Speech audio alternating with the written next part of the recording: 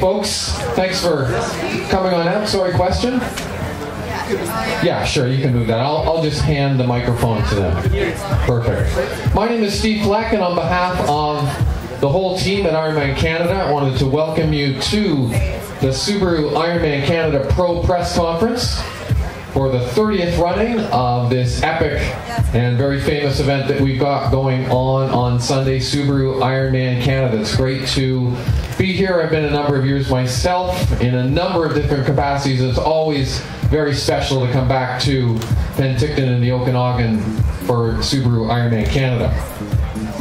So we've got 3 men and 3 women, are some of our favorites, some athletes that have done very well here in the past, and I'm sure we'll be gunning for our top prizes on Sunday as well. So we'll just work along. We'll work from left to right here. First off, we have Janelle Morrison. Janelle is coming back. She's done very well here, a perennial top 10 and top 5 finisher. She's done extremely well here in the past. This is her first big race coming back after a pretty serious car accident, and we're really pleased to see Janelle back here racing in Penticton.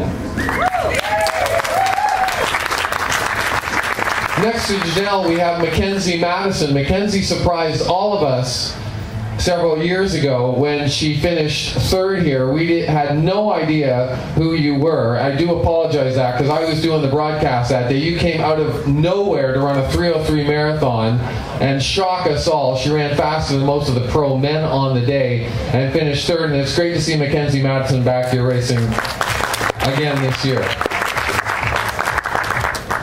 Next to Mackenzie, we have a racer who has not been here in a number of years, but has finished 2nd at Ironman Canada before, and a perennial top 5 finisher in a number of Ironman races around North America. From Aurora, Ontario, Paolina, Allan.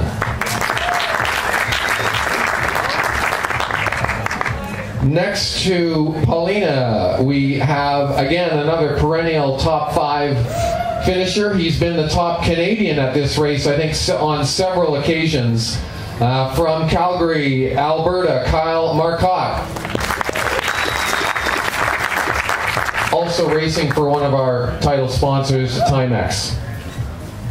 Next to Kyle, need to get the sponsor plugs in there. Next to Kyle, also from Calgary, Alberta, perennial top 10 finisher here, and usually one of the fastest on the bike on this pretty demanding bike course. We have Scott Curry, Dr. Scott Curry, I should add. And last but not least, from the great nation of Germany that's produced so many amazing Ironman distance triathletes, he finished 2nd here in 2010, and I know he wants to take that final step up onto the top spot on the podium. We have Christian Brader.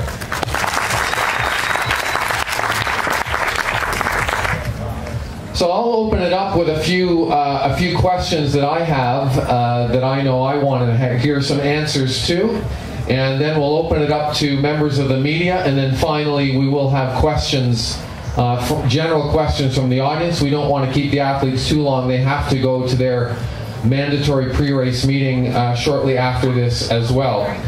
So first up to Janelle, we just want to know a little bit about the comeback trail that you've had to endure. It's been a long way back, and you've come back from a lot, I know. Just a year ago or so, many people didn't even think you'd be back here, but you persevered, and you're back here on the starting line at Ironman Canada. What does it feel like?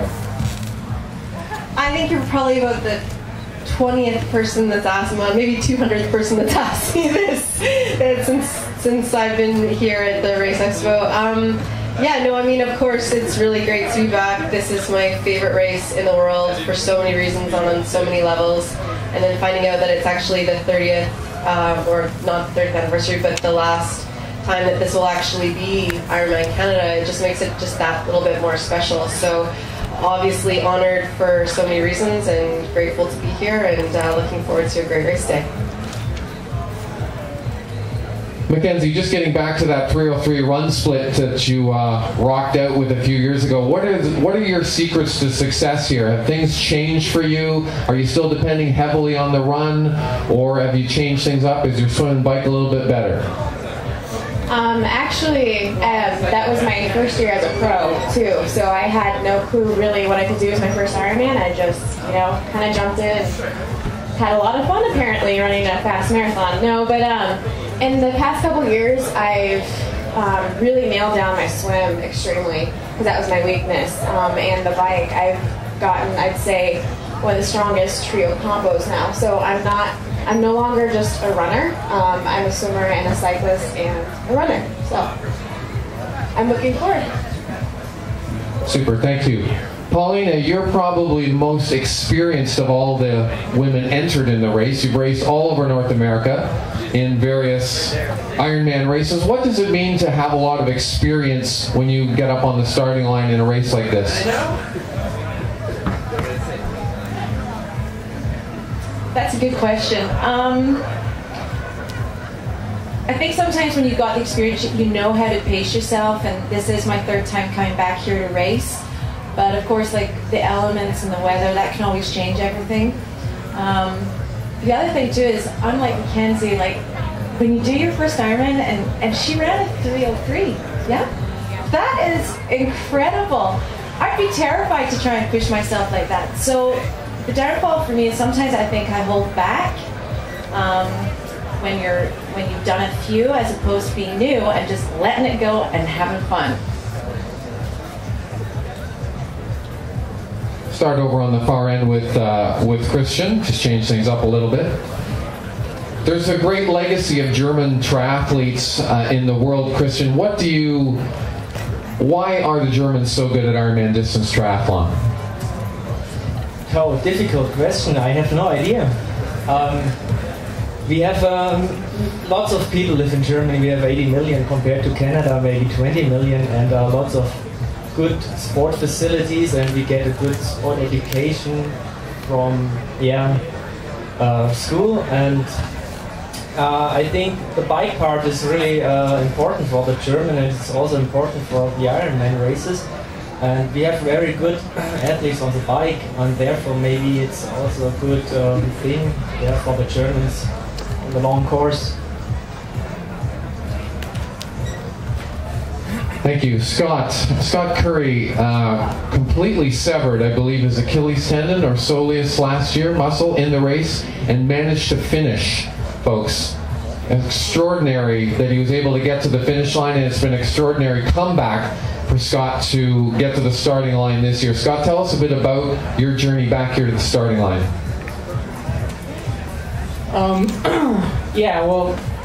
Having that injury, not knowing whether or not I was going to be taking part in another triathlon ever, or if I had to reevaluate a lot of things, and I certainly missed the thought of racing again, having that almost taken away, so it's possible. So just looking at the reality of significant injury, and having to kind of not do anything for a long time, kind of get slowly back.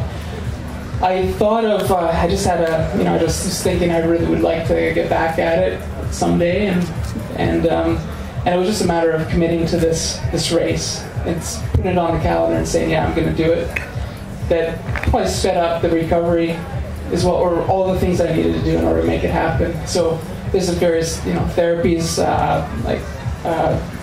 from various different types of doctors that I could benefit from in order to help repair, rejuvenate, or tissue regeneration of the soleus muscle. It's just scarred up nicely, and hopefully there's enough integrity there to run. And I've kind of modified things a little bit, my shoe, or cycling and running, just to try to take stress off that portion of the medial side. So anyway, I've done a lot of work to try to get here, and but I think it's important that I put this on the calendar to make myself work towards making it happen. Great, thank you. That was a long answer, lots of good detail. He's a doctor though, so we were expecting that. Kyle Marcotte, you are the equivalent of Paolina Allan on the men's side, probably the most experienced racer here, racing all over North America. Lots of top 5 finishes in various Ironman events around North America. Again, for you, what does it mean to have a lot of experience at Ironman distance racing and this course in particular?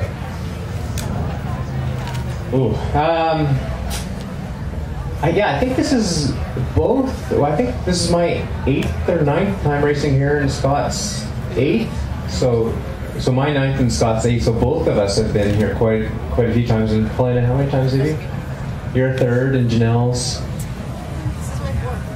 4th for Janelle, and 2nd, and 2nd. So I guess all of us have ridden the course before.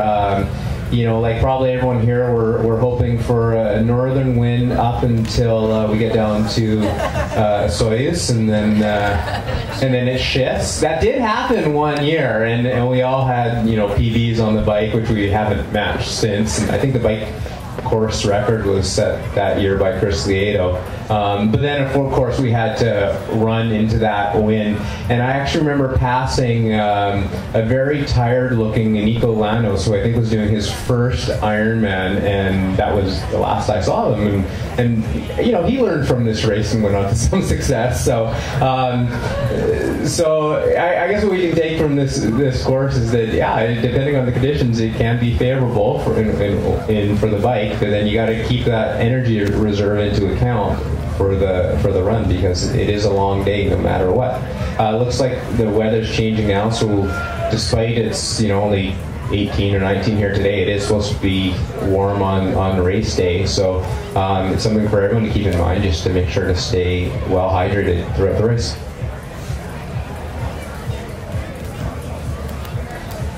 Thank you. Any members of the media who are here who have any questions? Christian, he talks about what you learned from your different experiences. Obviously, you're going in wanting to win the race, but what's going to be the difference that you learned from last year to be more successful this year? The question is, what has Christian learned from his previous experiences here in his one time here that will make a difference for this year? Yeah, okay. I lost you 2 years ago, and it was a really close finish. So I didn't expect to be in this situation 2010. I just wanted to qualify for Hawaii, and this was my last chance. And in the end, I found me leading the marathon and lost the race by 13 seconds. Yeah, that was a little bit. It was nice to be on the podium, but it was also very sad for me to lose my first Ironman title.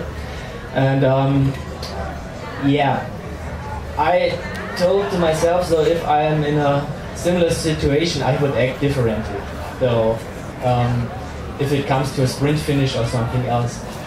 But this course is so strong, and you can make so much efforts on the bike and gain so much time or lose so much time on the bike, especially also on the run. And as Al told us, it depends also on the conditions. So every year it could be different. So I need to see how it goes this year, and how the challenges they will do. And I think it's different to 2010. It will be totally different. Yeah, I think it's gonna be a hot day. It will be hard on the bike, and everybody has to do his own race, and we will see how it goes on the marathon. And I expect yeah, a hard day for everybody, and if there is a chance to win, I will take it. If it is close to it, I will run a little bit faster than last time. If it is close like 2010, yeah. Okay, thanks. Somewhere we can find you those 13 seconds. We'll try and figure that out for you. So you can step up one step on the podium and take the win. Any other questions from the media? I have a general question for whoever wants to answer. Go ahead. Do you think that you'll change your game plan at all? And maybe the last Ironman Canada in history? I'll go over here. General question. Start with Janelle. Definitely not. The game plan and the race plan is set up, and all of those kinds of things are really external to any of our races. Anyone that's racing, it's just something that's not controllable and external. So I think the most important thing is to focus on executing the race that each person is capable of actually doing, and focusing solely on that, just internally, and keeping the focus on what needs to be done. Honestly, I've kind of been in this situation before with Ironman St. George earlier this year. And it's kind of sad, to have a race going. Honestly, it kind of, this could be the last time that I ever race this race or have the opportunity, and it has a lot of meaning for me. But I think I go to every race, kind of bringing that special, I'm going to try my best. In each race, I'm going to try harder and harder, because I know of different ways to improve upon myself. So, I don't know, I take in the spirit of the race and everybody else, a little bit. So, it's special to me. This was actually the first Ironman I ever saw. My dad competed in it when I was 15 years old. So, and then this was my first Ironman I ever did, and so it has a nostalgic feeling for me that this can be the last year, and so I'm going to give it justice. So that's kind of the plan. It is unfortunate, I'd say, but it does have a small effect for me, for sure. For me, I've already kind of got my plan, and I'd probably stick to it. That would just be my personal choice, and I think I would say if you have a strategy and a plan as an athlete out there, I would just stick to it. But I could bet your guns that we're all sitting here going, this is the last one. We all want to win it. Yeah, I agree exactly with what Paolina said. But I think it is also important to note that this community has long supported triathlon and is going to continue to do so in the future. So although this will be it sounds like it'll be the last Ironman race, or at least next year won't be an Ironman race, it's important to recognize the community and how well they continue to support triathlon. Yeah, I don't really actually consider this the last race here, so it's going to continue. It's the spirit, it's the community spirit that's making this race, and it makes it exciting to come back. And so it's going to have a different name, but it's going to continue, and it's going to be amazing, and it's quite exciting still. The community is going to be behind it, and I don't consider this the last race here. So, and hopefully nobody is thinking that way either. I want everyone to come back, and hopefully everyone wants to come back, and it's the community spirit that hopefully will bring you up, will bring you back as well. Yeah, my plans totally changed now. I don't want to win anymore. No, just kidding. And the race plan never changes. Every race is the same. And also, as Scott said, it's not the last race here. It will stay. It's just another label, and I don't think that it's less attractive than before. They do a good job. I know them from Germany, and I'm sure it will be a good race, and I would also come back if it is not an Ironman. Have you?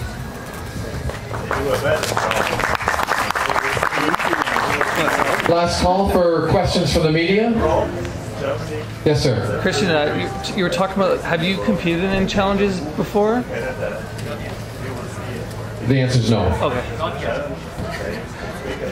Again, last call for questions from the media. Okay, general questions from the audience. I have a few brief ones while the pros are here. No question too silly or dumb. No one? Come on. No one's got a question? I got a question. Go ahead. Janelle, are you excited to race? Janelle, are you excited to race? Is Rose Serpico out there? I was going to let her answer that question for me. And Inside joke. Yes, I'm excited to race. Definitely. Any other questions? Yes, sir. Hey, Kyle, what's your nutrition day before the race? Kyle, what is your nutrition the day before the race? I think it's lots of steak, or has huge hunks of meat are involved. Actually, probably today's the more important thing to think about carbo loading. Tomorrow, I'll almost go back to eating on a regular schedule. Maybe not as much fiber as you would maybe normally have, but today is really the day where you should be thinking about carbo loading. Any other questions? Fiber related or not? For Yes, any one of the ladies, my wife is doing her first Ironman on Sunday. Do you have any advice for her? Questions for the ladies from someone who's doing it. First timers advice. Okay, patience, a lot of times I actually coach a couple Ironman athletes, and what I tell them is, be patient and conserve your energy. If you feel great, don't go with it. Just have fun. Think about what's coming up ahead. Always be preparing. And a quote that sometimes helps first timers too is that think of it as a journey along like a swim bike to run a marathon. So a journey to get to a marathon.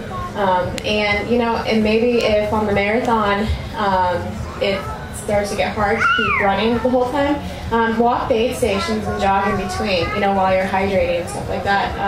You'll have a faster overall time instead of going out too fast. So pace and be comfortable and have fun with it too and enjoy it and, really take in what's going on and if something bad happens, you have a whole long day, and honestly, in the big scheme of things, it doesn't matter. So just have fun too, be patient.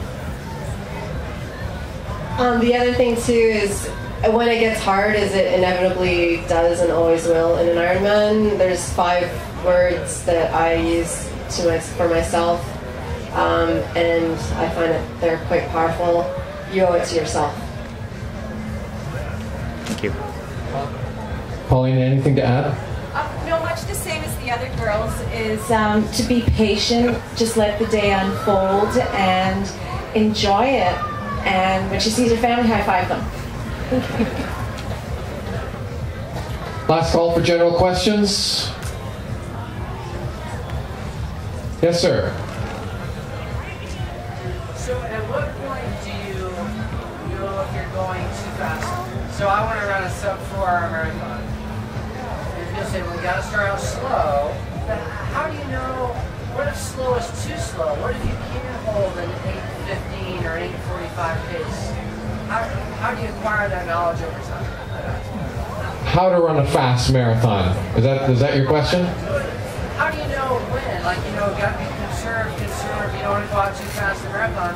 But when do you learn that 8:45 is actually, you can go 8:15s, you'll be fine. Where do you learn? At what point do you acquire that knowledge of that field? Super. Okay, we'll put that question to Mackenzie because she's the fastest runner in the group. Sorry. Yeah, no, it's okay. No, I ran in college, so my background is running. But the thing is so let's say your training runs, whatever you've been able to do. If you are a strong runner, then you should be able to hold kind of what you've been doing in your training paces and maybe even a little bit faster. But the thing is, though, is that you should feel comfortable. Your heart rate, if you use a heart rate monitor, it should be consistent. You shouldn't have a lot of spikes. And control the pace exactly like up the hills, too. Don't push yourself up them just because you're slowing down.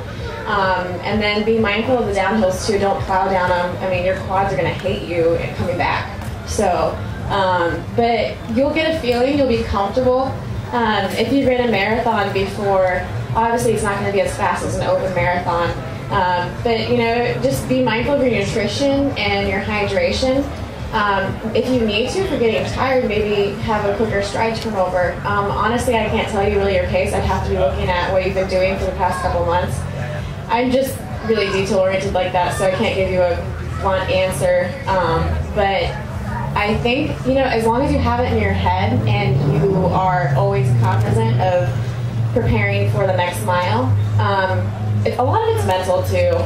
This race is completely mental. Ironman, a lot of people think it's, oh, how much training I did. It is partly training, but it's hard. It gets hard on the run. So, just have faith, relax, and just don't use up extra energy running in an odd stride, or just think about little things like that, and you'll get to the end probably at your goal time or not faster. So. Super. Thanks, Mackenzie. Last question, general question from the audience? No? Okay, now we wrap things up with our prediction contest. I'm going to get each of our athletes to give us a time prediction. And Janelle, you can go first.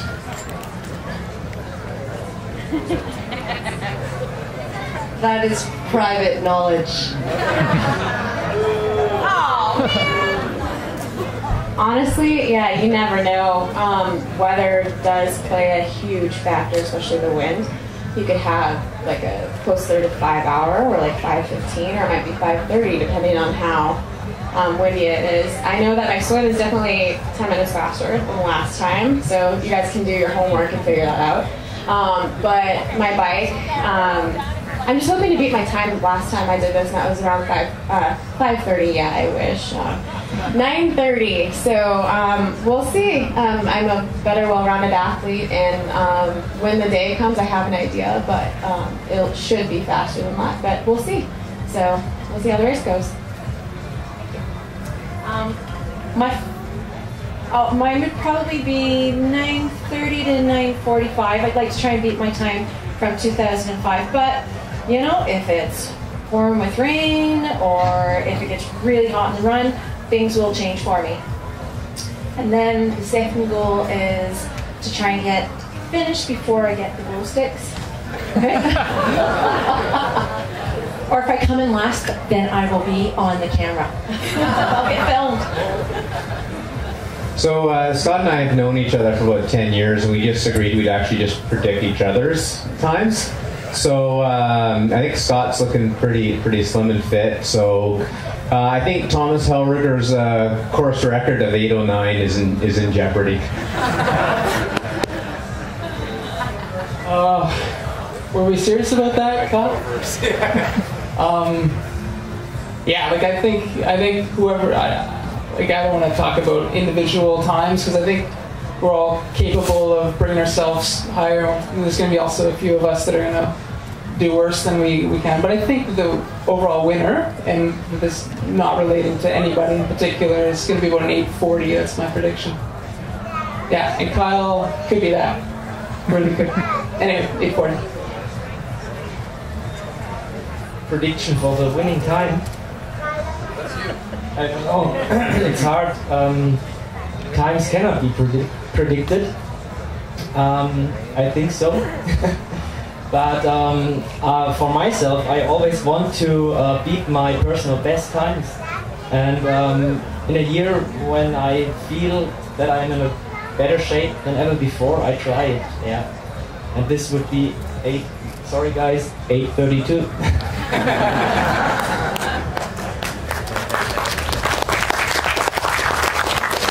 There you go. Thank you, Christian. Throwing down the gauntlet with an 8:32. Okay, that about wraps it up. Christian Brader, Scott Curry, Kyle Marcotte, Paolina, Allan, Mackenzie, Madison, and Janelle Morrison. Thank you very much for them coming out today. Thank you to all of you people. Hopefully we'll see many of you out on the course on Sunday at the 30th anniversary of Subaru Ironman Canada.